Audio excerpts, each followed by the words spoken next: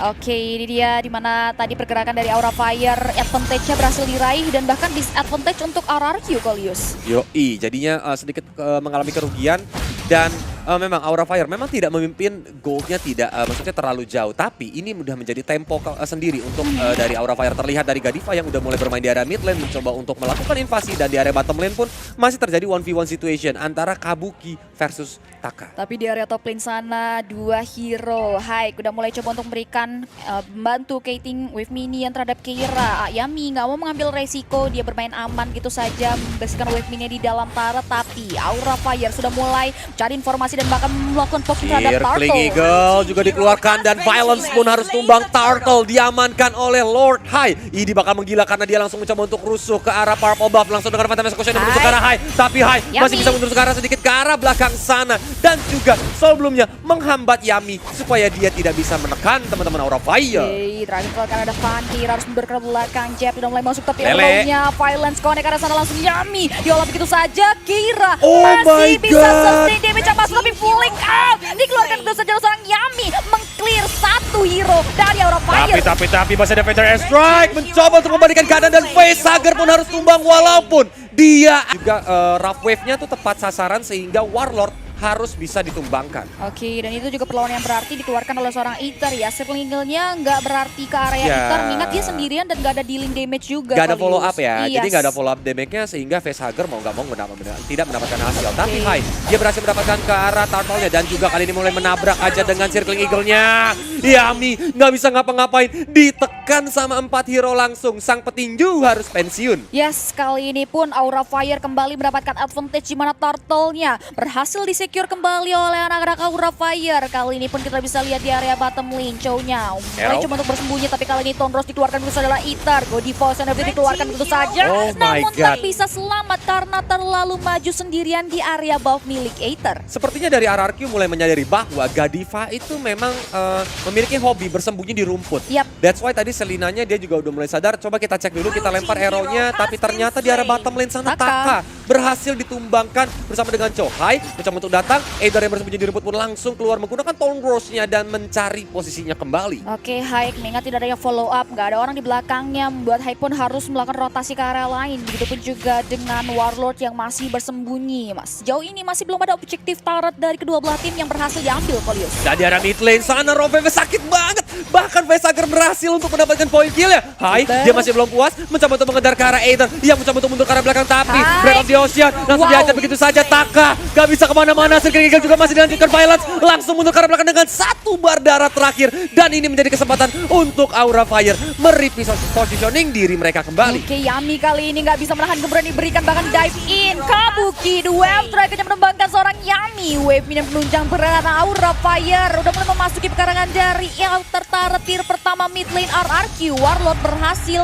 memporak-porandakan lane up dari Aura Fire. Meanwhile, in the top lane, ini Yuzongnya benar-benar nakal. Dia pun langsung mundur ke arah belakang. Selena maksud Kolius, Silence-nya. Silence-nya masih bisa mundur ke arah belakang. Haiknya benar-benar ingin memberikan jalan terhadap wave mininya. Dia ingin memberikan distraction agar RRQ tidak bisa memberikan penjagaan, bahkan Keira. Black Dragon Form-nya dibuka begitu saja. Yami mundur ke arah belakang. Tonros dibuka. Warlord-nya bahkan tak bisa ditahan. Kali ini pun satu hero dari kedua belah tim berhasil direnggut nyawanya, Kolius. Oh my god, ini benar-benar permainan high tempo dari Aura Fire. Di menit ke-6 sudah terjadi 18 poin kill. Dimana benar-benar baku hantam habis-habisan, siapa yang lewat di depan mata disikat sama teman-teman dari Aura Fire. Dan kali ini dari high-nya dia berkesempatan untuk mendapatkan turtle yang ketiga tanpa ada gangguan. Kembali lagi dan lagi Aura Fire 3-4 objektif turret pun berhasil direnggut. Begitupun juga dengan 3 turtle. Berbanding terbalik dengan RRQ yang tak bisa menembus pertahanan dari Aura Fire. Bahkan mereka pun masih belum bisa menyentuh objektif turret milik Aura Fire, Kolius. Karena terlihat memang Aura Fire di sini bermain dengan amat rapi. Ketika mereka mau team fight,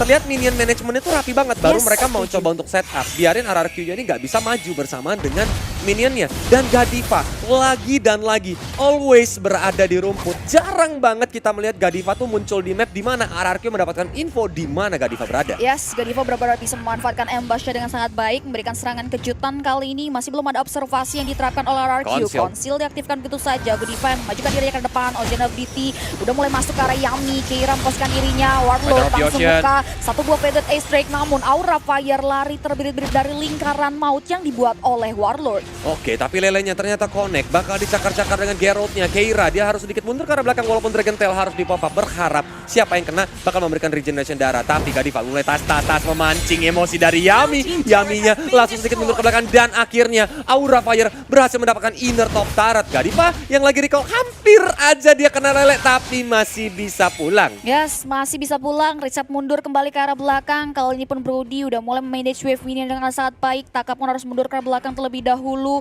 Coba untuk mencari tempo permainannya. Dan bahkan kali ini pun kita bisa lihat juga Brody udah mengantongi Hunter Strike dari Pakitonya sendiri. Udah jadi Dreaded Armor. Warlord Kalius. Yap, langsung di Feather Strike begitu aja. Tapi Hai terlalu tebal. Tidak peduli, 2 tetes hanya bisa menghasilkan 1 bar darah Hai. Ini yang membuat Hai sangat amat menggila, pede banget untuk melakukan inisiasi ketika team fight. Apalagi memang itemnya udah ada Thunder Belt, Clock of Destiny yang bisa menambahkan darah juga. Dan sepertinya dia bergerak antara ke Athena Shield atau Oracle. Yes, bahkan Hai pun masih belum terpick off. Kali ini dia masih bisa memposisikan dirinya dengan sangat baik dan mempartisipasikan diri di setiap team fight dengan sangat baik. Kali ini pun Lightning Trancheon sudah mulai dikantongi oleh seorang Warlord. Ini dia Samsung Galaxy A52 S5G.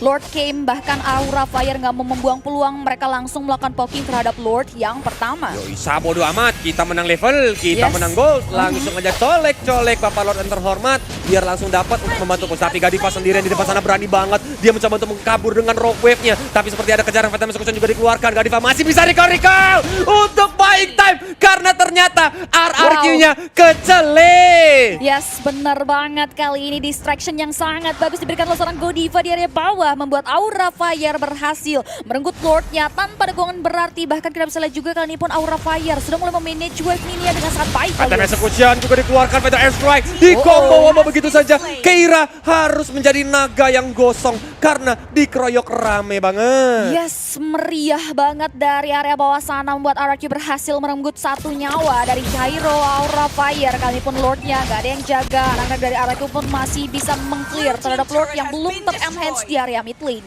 Yap, karena dari area bottom lane pun sebenarnya dia connect ke arah Facehugger, tapi Facehugger sepertinya masih terlalu tebal membuat RRQ tidak mau terlalu meng-engage ke arah sana. Apalagi dia memiliki Guiding Wind yang bisa membantu dia untuk mundur sedikit ke arah belakang. Dan Hai masih bisa menguasai jungle dari tim RRQ. Yes, Aura Fire kali ini berhasil melakukan ekspansi terhadap jalur dari RRQ. Row-nya connect, namun RRQ tak bisa berbuat apa dan bahkan tak bisa memfollow up. Phantom Execution dikeluarkan untuk melakukan clear terhadap wave minion yang ada Minwall Facehugger. Coba untuk memposisikan dirinya untuk bisa menyentuh ke arah inner turret milik RRQ di area top lane.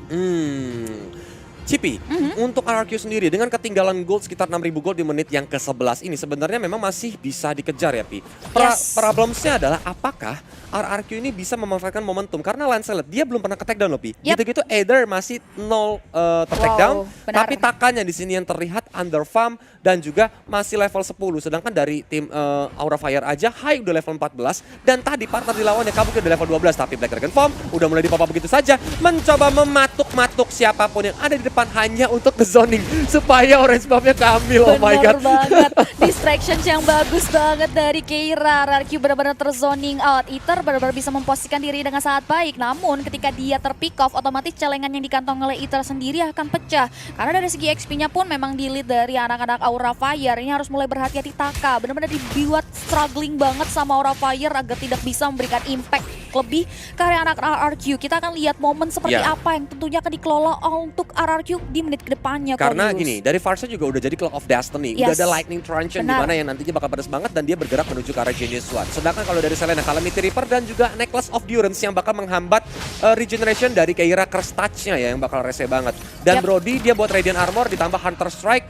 damage-nya ini belum terlalu besar, tapi atas dia mau mencoba untuk nyicil nih. Pelan-pelan dia mau buat ke arah Brute Armor kayaknya tuh. Yes, bisa jadi tentunya ini Brody dari segi positioning aja dia masih bisa kasih shadow damage deal tambahan tentunya bagi anak-anak RRQ. Kita terlihat juga dari Aura Fire nggak mau terlalu overcommit, dia coba untuk buying time terlebih dahulu sambil menunggu kedatangan Lord yang pertama muncul. Lelenya tapi connect langsung diajar Feather Strike Keira. begitu saja. Keira nggak bisa kemana-mana, lagi-lagi menjadi naga gosong. Apakah ini menjadi pertanda RRQ bakal segera menggempur Aura Fire? Yes, kali ini kita bisa lihat juga RRQ coba untuk mulai manage wave mininya terlebih dahulu. Belum mau maju ke arah depan. Godiva terlihat bermain secara ambushnya lagi-lagi. Lele dihajar mata execution Godiva nggak bisa ngapa-ngapain. Wow, ini pelan-pelan bener-bener insting Lele dari Violence nih bagus banget. Dia kayak tahu biasanya nih dari Godiva, dari Keira bersembunyi di area mana. Jadi Lelenya selalu terus-menerus dilepaskan. Nah, kalau kayak gini Pi, Aura Fire bentar lagi ini kan menitnya bakal lama ya. Yes. Kalau sampai ter-take down di atas menit 15 itu kan bakal memiliki waktu yang cukup lama banget. Benar banget. That's why sebentar lagi harusnya Aura Fire tidak berani sih main kayak tadi lagi. Yes, benar-benar harus mulai hati-hati mengingat RRQ sudah mulai mendapatkan taktiknya untuk menemukan seorang Godiva. Wings by Wings sudah mulai di-pop up begitu saja mengingat Chow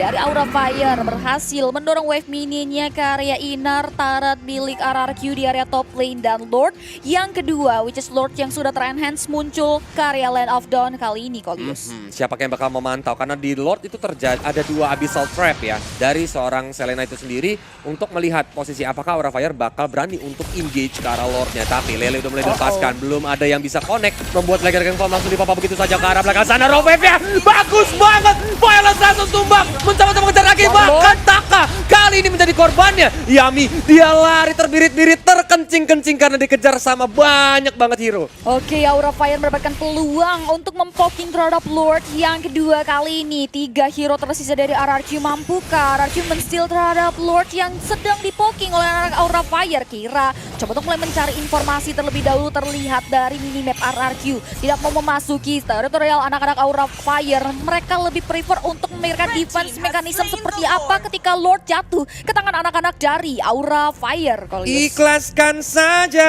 Waduh. Lordnya pada Aura. Wow. Daripada dia masuk tabrak terus meninggoy kan. Benar banget. Resikonya tinggi. Tinggi banget. Iya, jadi mendingan udah kita lepasin dulu karena memang mereka juga punya Varsha nih. Yes. Pi. Dengan ability high ground yang dimiliki oleh Warlord, harusnya dia bakal bisa untuk nge-cover dulu.